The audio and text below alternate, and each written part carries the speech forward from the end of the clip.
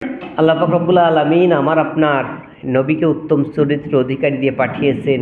এই খুতবা আমি এর আগেও আলোচনা করেছি, আবারও আজকে আসছে। প্যারা হাজিরিন, উত্তম চরিত্রে আল্লাহ পাক রব্বুল আলামিন যারা চরিত্রবান হয় তাদের প্রতি আল্লাহর রহমতও বেশি নাজিল হয়ে যায়। কারণ সবসময় ভালো কাজ যে করে তার জন্য আল্লাহ পাক রব্বুল আলামিন দরজা এমনি এমনি খোলা হয়ে যায়। আর কেউ যদি খারাপ কাজের দিকে ধাপিত হয়, আল্লাহ পাক রব্বুল আলামিন তাদের জন্য নারাজ হয়ে যায়, অসন্তুষ্ট হয়ে যায়। আল্লাহ পাক রব্বুল আলামিন আমার আপনার শেষ জামানের নবীকে দিয়ে সেই কথাগুলো কি শিক্ষা দিয়েছেন। আমরা স্পষ্টই বুঝতে পারলাম তিনি কি করতেন। চাকরদের সঙ্গে খারাপ ব্যবহার করতেন না, দাস দাসীদের সাথে খারাপ ব্যবহার করতেন না, এমনকি স্ত্রীর সাথেও খারাপ ব্যবহার করতেন না। আমরা সামান্যতম একটু রান্না যদি এমন সমান হয়ে যায় কতই না খারাপ ব্যবহার করি, তাই না? আসলে তো হাতের 5টি আঙ্গুল সমান না, কখনো কম বেশি হতে পারে, এটা কিন্তু আমরা মেনে নিতে পারি না। অনেক ছেলেরা আছে যে রান্না করা পাতিলের ভাত পর্যন্ত ছুঁড়ে ফেলে দেয়, কিন্তু আল্লাহ রাসূল এটা কখনোই করেন নাই, এটাকে বরদাস্তও করতেন না। সর্বোপরি সর্বক্ষণ নবী করিম সাল্লাল্লাহু আলাইহি সাল্লাম মানুষের সাথে ভালো ব্যবহার করতেন, কখনো কাউকে আঘাত করতেন না, ভালোবাসা দিতেন। একজন অপরাধ করলেও সেটাকে ক্ষমা দৃষ্টিতে দেখে তাকে ভালোবাসা দিয়ে সেটা কি করতেন, পরিবর্তন করে দিতেন। যেমন একজন সাহাবীর বর্ণনা শুনলেন, হযরত আনাস রাদিয়াল্লাহু তাআলা আনহু কি করছেন, 10টি বছর তার খেদমতে নিয়োজিত ছিলেন, কিন্তু কোনো একটা দিনও হুজুর পাক সাল্লাল্লাহু আলাইহি সাল্লামের কাছ থেকে খারাপ আচরণ পাই নাই। এমনকি হুজুর পাক সাল্লাল্লাহু আলাইহি সাল্লামের আচরণ দেখে মানুষ ইসলামে দীক্ষিত হয়েছে, ইসলামের পথে এসেছে, ইসলামের ছায়া নিচে আশ্রয় গ্রহণ করেছে। একটা মেসালের মধ্যে এসেছে, হুজুর আকরাম সাল্লাল্লাহু আলাইহি সাল্লাম এক জঙ্গলার পথ ধরে যায়, এক পাহাড়ি এলাকা দিয়ে যায়। এমন তো অবস্থায় দেখে যে এক বৃদ্ধা মহিলাটা কিছু রান্না করার জন্য লকড়ি বলেন বা খড়ি বলেন, যেটাই বলেন, জ্বালানি বলেন, এই সংগ্রহ করে নিয়ে মাথায় নেওয়ার চেষ্টা করছে, কিন্তু মাথায় উঠাতে পারছে না। হুজুর আকরাম সাল্লাল্লাহু আলাইহি সাল্লাম ওই রাস্তা দিয়ে হেঁটে যায়। বুড়িমাকে দেখে বললেন, বুড়িমা আপনার অনেক কষ্ট হচ্ছে, এটা নিয়ে যেতে আপনার অনেক কষ্ট হবে, আপনি এটা নিয়ে যেতে পারবেন না, বরং আপনি এক কাজ করুন, আপনি আমার মাথায় উঠাইয়া দিন, আমি আপনার বাড়ি পর্যন্ত এটা পৌঁছে দিই। বলুন সুবহানাল্লাহ। আমরা হলে কি এটা করি নাকি কখনো? একজন ময়মুরব্বী হাতটা লাঠি একটা পড়ে গেছে, ওই লাঠিটা তুলে দেওয়ার ইচ্ছাও যদি করে, তাহলে আল্লাহ পাক রব্বুল আলামিন ইকরামুল মুসলিমিনের সওয়াব তার আমলনামায় লিখে দেয়। বলুন সুবহানাল্লাহ। আছে না অনেক মুরব্বী একরাম আছে না, বাড়িতে মুরব্বী থাকলে একটা লাঠি পড়ে গেছে, ওই লাঠিটা আপনি তুলে দেওয়ার জন্য যাচ্ছেন, যাওয়ার আগেই লাঠিটা সে তুলে নিয়েছে, কিন্তু তুলে দিলে যে সওয়াব হয়তো ওই পরিমাণ সওয়াব আপনার আমলনামায় লিখা হয়ে যায়। তা না করে কি করে, এই বুড়ি লাঠি ধরে রাখতে পারিস না, ধরে রাখতে পারে না বলেই তো পড়ে গেছে, যদি ধরে রাখতে পারতো তাহলে তো বুড়ির হাতটা লাঠি পড়তো না কি বলেন? বুড়ি বা বুড়া যেটাই বলেন না কেন, ও কি হাত থেকে ইচ্ছা করে লাঠিটা ফেলে দিয়ে কারো গালি খাবে, এটা কি তার মনের ভিতরে ইচ্ছা আছে, পরিকল্পনা আছে? অবশ্যই সেটা নেই। বয়স হয়ে গেছে, ওর হাতে শক্তি নেই, একসময় ওই হাত দিয়ে দাপট দেখাইছে, ওই হাত দিয়ে অনেক বড় বোঝা মাথায় তুলে নিয়েছে, ওই হাত দিয়ে অনেক শক্তি দেখাইছে, কিন্তু আজ সেই শক্তিটা তার হাতে আর কি নেই, একসময় আমাদেরও থাকবে না। এটাই স্বাভাবিক, আমাদেরও শক্তি একসময় কি হ্রাস পেয়ে যাবে, আমাদের শক্তি একসময় শেষ হয়ে যাবে, তখন আমরা কি ইচ্ছা করলে উঠে পারবো না। তাহলে ওইটুকু উপকার করার জন্য তো আমি আপনি নিজেকে নিয়োজিত করতে পারি, এটা ভালো কাজ। বুড়িকে কি বললেন, বুড়িমা আপনি এই বোঝাটা আমার মাথায় উঠায় দিন, আমি আপনার বাড়ি পর্যন্ত পৌঁছে দিই। বুড়ির মনের মধ্যে তো আর সেই উদ্দেশ্য নেই, বুড়ি তো কি ইসলাম বিদ্বেষী, ইসলামের শত্রু, ইসলামকে ভালোবাসতেন না, ইসলামকে মেনে নিতে পারতেন না, এমনকি আব্দুল্লাহ ছেলে মোহাম্মদকেও সে মেনে নিতে পারত না। সেই বুড়ি, হাই সর্বনাশ! যে মানুষ মানে মোহাম্মদকে মেনে নিতে পারে না, সেই মানুষের হাতের আজকে বোঝা মোহাম্মদ কি বলছে, মাথায় করে বাড়ি পর্যন্ত পৌঁছে দিই। বুড়িমাকে বললেন, বুড়িমা আপনি যদি মনে কিছু না করেন, আপনার এই বোঝাটা আপনার বাড়ি পর্যন্ত আমি পৌঁছাইয়া দিতে চাই। বুড়ি বললেন, মক্কা মদিনায় এত বড় দরদি কেউ নাই, তোমার মতো চালাক আর কেউ হবে না। আমি তোমার মাথায় বোঝাটা উঠাইয়া দিই, আর এত কষ্ট করে আমি সঞ্চয় করেছি লাকড়িগুলো, এগুলো তুমি নিয়ে পালায় চলে যাও। আমি মুরব্বী মানুষ, ধরতেও পারবো না, এর চাইতে বুদ্ধিমান আর কেউ হতে পারে না। বুড়ির উদ্দেশ্য কি ভালো না খারাপ? তুমি জোয়ান মানুষ, আমি এটা তোমার মাথায় উঠায় দিই আর তুমি নিয়ে পালায় চলে যাও, আমি মুরব্বী মানুষ, ধরতেও পারবো না, আর তুমি এই সুযোগে আমার এই কষ্টের সম্পদগুলো নিয়ে চলে যাবে। ভালোই বুদ্ধি করেছো, কোথায় পেয়েছো এত বুদ্ধি তুমি? আল্লাহর নবী বললেন, বুড়িমা, আপনার এগুলো আমি নিয়ে যাব না, আপনি এটা আমার মাথায় উঠাইয়া দিন, আর আপনি আমার পিছে পিছে আসুন, আমি সামনে সামনে যাই, যদি কোনো দিক দৌড়া পালাইতে লাগি তাহলে আপনি এটা আমাকে চেপে ধরবেন যাতে আমি পালাইতে না পারি। এরপর বুড়ি ভেবে দেখলেন, আসলেও তো তাই, সামনে দৌড়া পালাবে কোথায়, আমি তো ধরে নিব তারে, পালানোর সুযোগ তো তার জন্য নাই। অতএব কি করলেন, অবশেষে দেখলেন বুড়ি যে এই বোঝাটা আসলে তার জন্য নিয়ে যাওয়া সম্ভব হয় না, সম্ভব নয়, অসম্ভব।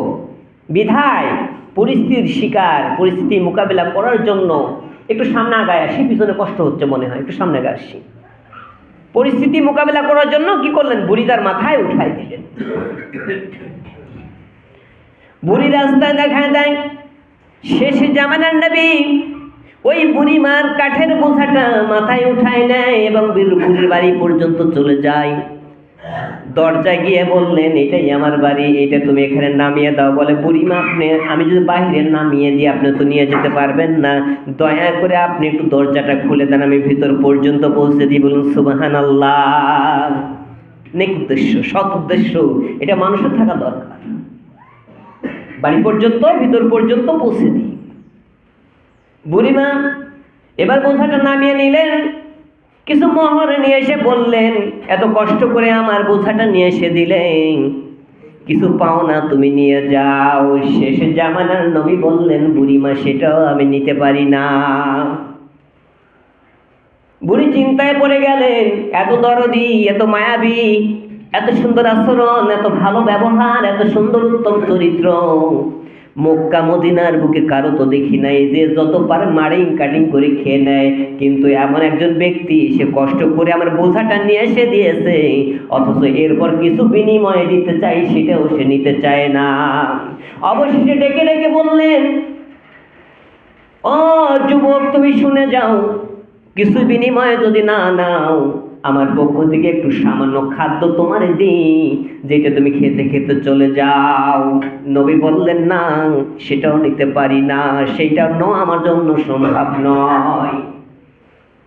বুড়ি কান্না ভরা কণ্ঠে বললেন, ও যুবক, সবকিছু আমি মেনে নিলাম, শেষে একটা কথা তোমার জিজ্ঞেস করতে চাই, একটা কথা জানতে চাই। সেই কথাটা হলো, একবার তোমার পরিচয়টা আমারে দিয়ে যাও। এত ভালো মানুষ মক্কার গুহা কোনো প্রান্ত পর্যন্ত খুঁজে পাই নাই, এতদিন খুঁজে পাইনি, এত ভালো মানুষ পৃথিবীতে আছে। নবী করিম সাল্লাল্লাহু আলাইহি সাল্লাম নবীর দিকে তাকাইলেন এবং নবীকে, এবার মুহাম্মদ বুড়ির দিকে তাকাইলেন এবং বুড়িকে লক্ষ্য করে বললেন, বুড়িমা, আমার পরিচয় দেওয়ার মতো তেমন কিছু নাই, আমি হলাম শেষ জামানার নবী মুহাম্মদ। বলুন সুবহানাল্লাহ। এর সাথে বড় পরিচয় পৃথিবীতে আর কিছু আছে নাকি? পৃথিবীর শ্রেষ্ঠ পরিচয় শেষ জামানের নবী, এর চাইতে বড় পরিচয় কারো কিছু আছে নাকি? এমপি বলেন, মন্ত্রী বলেন, মিনিস্টার বলেন, ম্যাজিস্ট্রেট বলেন, জজ বলেন, ব্যারিস্টার বলেন, আছে নাকি? এর চাইতে বড় পরিচয় আর কারো নেই। বুড়িমা বললেন, তুমি কি সেই মুহাম্মদ? তুমি কি সেই মুহাম্মদের কথা বলছো যিনি আব্দুল্লাহর ছেলে মুহাম্মদ? নাম, তিনি বললেন, হ্যাঁ, আমি সেই আব্দুল্লাহর ছেলে মুহাম্মদ। বুড়িমা চিৎকার দিয়ে চতুর্দিকে হাঁকাইতে শুরু করলেন আর বললেন, তোমরা কি কোথায় আছো? এতদিন জেনেছি মুহাম্মদ নাকি মানুষ খুন করে, মুহাম্মদ নাকি মানুষকে মারে, মুহাম্মদের ভয়ে পাহাড়ের গুহায় আশ্রয় গ্রহণ করেছি, সে মুহাম্মদ আমার সামনে হাজির হয়ে গেছে, তোমরা এদিক চলে আসো। আর দেরি করো না, সবাই সামনে এসে দেখে বুড়ির সামনে মুহাম্মদ হাজির হয়ে গেছে। বুড়ি হাঁকাহাঁকি শুরু করলেন, পাহাড়ের গুহা থেকে চতুর্দিক থেকে মানুষ বাহিরে চলে আসলেন। কি ব্যাপার, বুড়ি হাঁকাহাঁকি করে, কারণটা কি? দৌড়ে এসে দেখে যে মুহাম্মদের ভয়ে আজকে পাহাড়ের গুহায় গিয়ে আশ্রয় নিয়েছে, সেই মুহাম্মদ বুড়ির সামনে দাঁড়িয়ে আছে। বুড়ি, তুমি এত সর্বনাশ করলে, আমাদেরকে আজকে শেষ করে ফেলবে। সকলের ধারণা আজকে মুহাম্মদ আমাদেরকে সামনে দেখে ফেলেছে, আজকে আমাদের আর নিস্তার নেই। বুড়িমা চিৎকার দিয়ে বললেন, যে মুহাম্মদকে তোমরা খুনি ভেবেছ, যে মুহাম্মদকে তোমরা খারাপ ভেবেছো, তোমরা শুনে নাও, এই মুহাম্মদ মানুষ খুন করতে পারে না, এই মুহাম্মদ মানুষের ক্ষতি করতে পারে না। তোমরা শুনে নাও, আমি গুহার প্রান্ত থেকে যখন আসতেছিলাম, আমার সমস্ত বোঝাটা মাথায় করে বাড়ি পর্যন্ত পৌঁছে দেয়। এরপরে একটা বিনিময় পর্যন্ত যে ব্যক্তি নিতে পারে না, সেই ব্যক্তি ছাড়া নবী কেউ হতে পারে না। বলুন সুবহানাল্লাহ। ও পাহাড়ের গুহাবাসী, তোমরা সকলেই চলে আসো। এই ব্যক্তি এমন একজন ব্যক্তি যে মানুষের উপকার ছাড়া ক্ষতি করতে পারে না। বুড়িমাই কথা যখন সাক্ষ্য প্রদান করলেন, সকলে ছুটে আসলেন এবং মুহাম্মাদের হাতে হাত দিয়ে বললেন, আর দেরি করতে চাই না, আর আমরা বিলম্ব করতে চাই না, দয়া করে আপনার পবিত্র হাতে আমাদের হাতখানা নিয়ে একবার পড়াইয়া দিন, লা ইলাহা ইল্লাল্লাহু মুহাম্মাদুর রাসূলুল্লাহ সাল্লাল্লাহু আলাইহি ওয়াসাল্লাম। সকলে কি করলেন? হুজুর পাক সাল্লাল্লাহু আলাইহি সাল্লামের হাতে হাত রেখে কি কালিমা তাইয়্যিবার ছায়া নিচে চলে আসলেন। সকলে ইসলাম কবুল করে নিলেন। গুহাবাসী আর কেউ মুশরিক থাকলেন না, আর কেউ বেদিন থাকলেন না, কেউ নাসারা থাকলেন না। সকলেই কি ইসলামের ছায়া নিচে আশ্রয় গ্রহণ করলেন। এই হচ্ছে নবীর চরিত্র। মানুষেরা নবীর চরিত্র দেখে মানুষ ইসলামের দিকে দীক্ষিত হয়েছে, ইসলামের ছায়া নিতে এসেছে, ইসলাম কবুল করার জন্য ছুটে এসেছে, পাগল হয়ে গেছে। অথচ আমাদের আচরণ সেই নবীর মানে ওয়ালি সম্রাট, আমাদের আচরণ এতটাই ভালো যে একবার যদি কেউ সামনে আসে বলে, আরেকবার দেখা হওয়ার আগে দূর দিয়ে পালা চলে যায়। যে রাস্তায় গেলে ওর সাথে আর কি সাক্ষাৎ হবে না। যদি সামনে পড়ি কি না কি বলে ফেলে দিবে, অথই এবার সামনে আর যাওয়া যাবে না। নামাজে আসলে অনেক ব্যক্তি দেখেন করে না এই ধরনের আচরণ। এই তোমার কাপড় উঠায় পড়ো কেন? একজন মুসলমান ভাইকে একটু ভদ্রভাবে বলতে পারেন না? স্বভাবটা কি নিজের ভালো করতে পারেন না? আপনার স্বভাব খারাপ বলেই তো আপনি ওইভাবে ধীরে করছেন। নামাজে আসছে, তাকে আপনি শিক্ষা দেন। একজন সেজদায় ভুল হতে পারে, আপনি তাকে শিক্ষা দেন।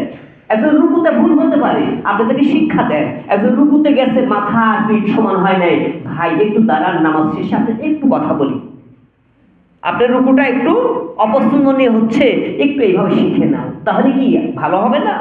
সেটা নাই। এটা হচ্ছে আচরণ, এটা হচ্ছে খুলকি নাজিম।